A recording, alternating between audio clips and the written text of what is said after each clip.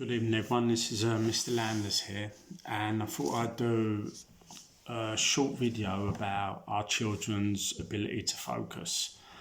And what's brought this on? Well, I went to a teacher-parent meeting evening last night, and everything's great.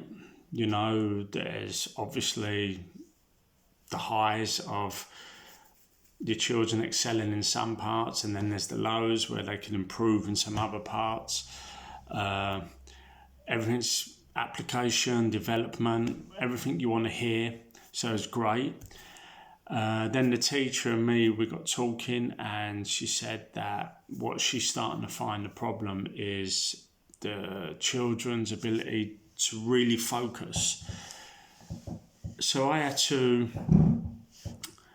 take that on board and think, where can I make changes in my child's life to help her focus?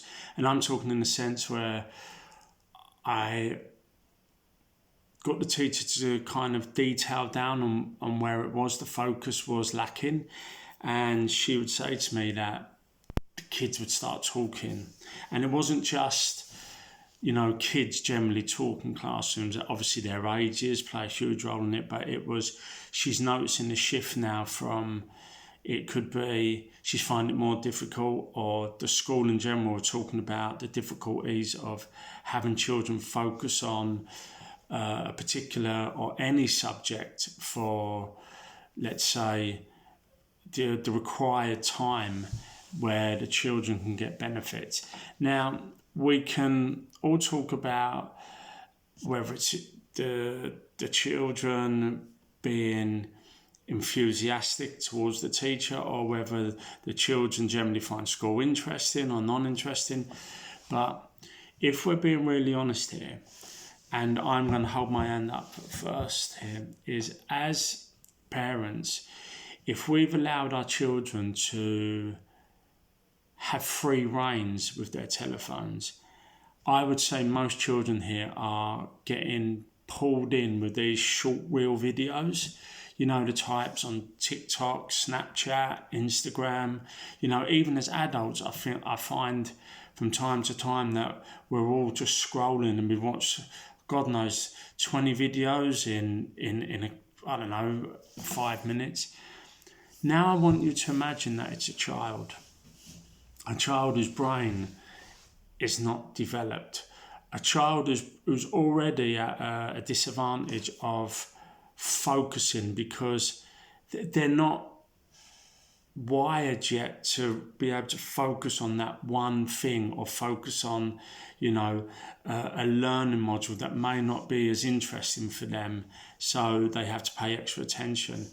And if you think about now that these videos that are lasting 15 to 30 seconds are literally wiring our children's brain to not have an attention span. And the most interesting thing about last night, what I found was, when I come home, my oldest daughter, who's 15 or 16, she's very bright, very smart, and she said, how'd it go? And we spoke about it. And I mentioned this problem with focus, and I mentioned that maybe I thought that it was something to do with these short reel videos. And she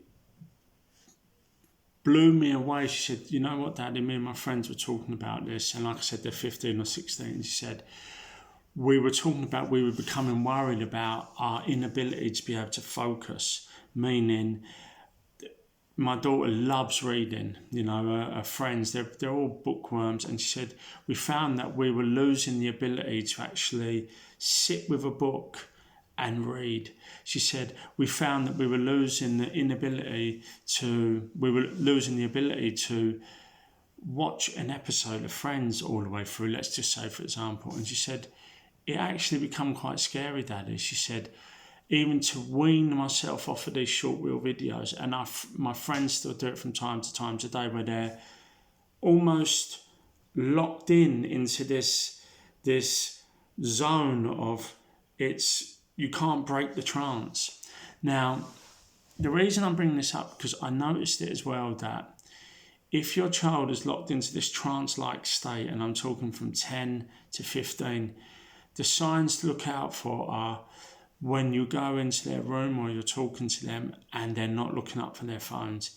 If they're not engaging in you other than one-word answers, and then obviously the teacher tells you that there's a lack of focus, and it is, generally speaking, their brain is being wired to not focus. And it's all to do with dopamine, the dopamine receptor, the dopamine hit. Now, as adults, we know that we can also be tractor beamed into this way of just looking at the phone, or pulled into eating that bar of chocolate that we shouldn't eat. Now, imagine that on your 10-year-old and your 11-year-old. And imagine that now, if we leave that and let that grow and grow and grow, and the neuron pathways of our children to be really hardwired to not pay attention to the subject at hand or the task at hand. Can you imagine the amount of pain that our children are going to have in future in their lives when it comes to jobs, studies, working, relationships, all of this?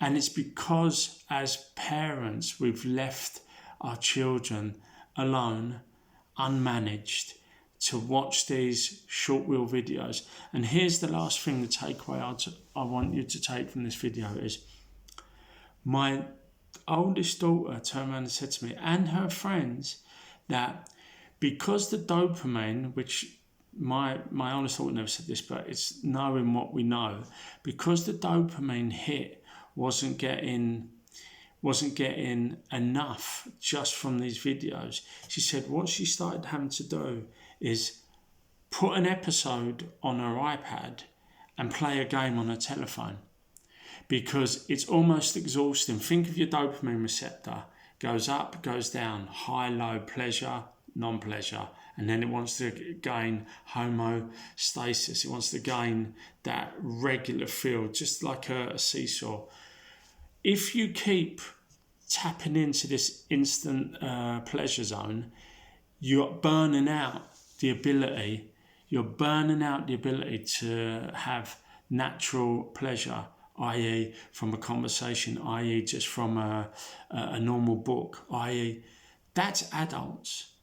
Now when you put that to children, think of what it's doing to that undeveloped brain. I just wanted to put that video out because it's a big worry. Thanks again for listening, and like I said, these videos are just to try and help and thought provoke. They're not here to try and tell anyone what to do or how to behave or how to raise their children. They're just there just to give us pointers. So once again, have a lovely evening. David Landers here from Shadow to the Light. Good evening.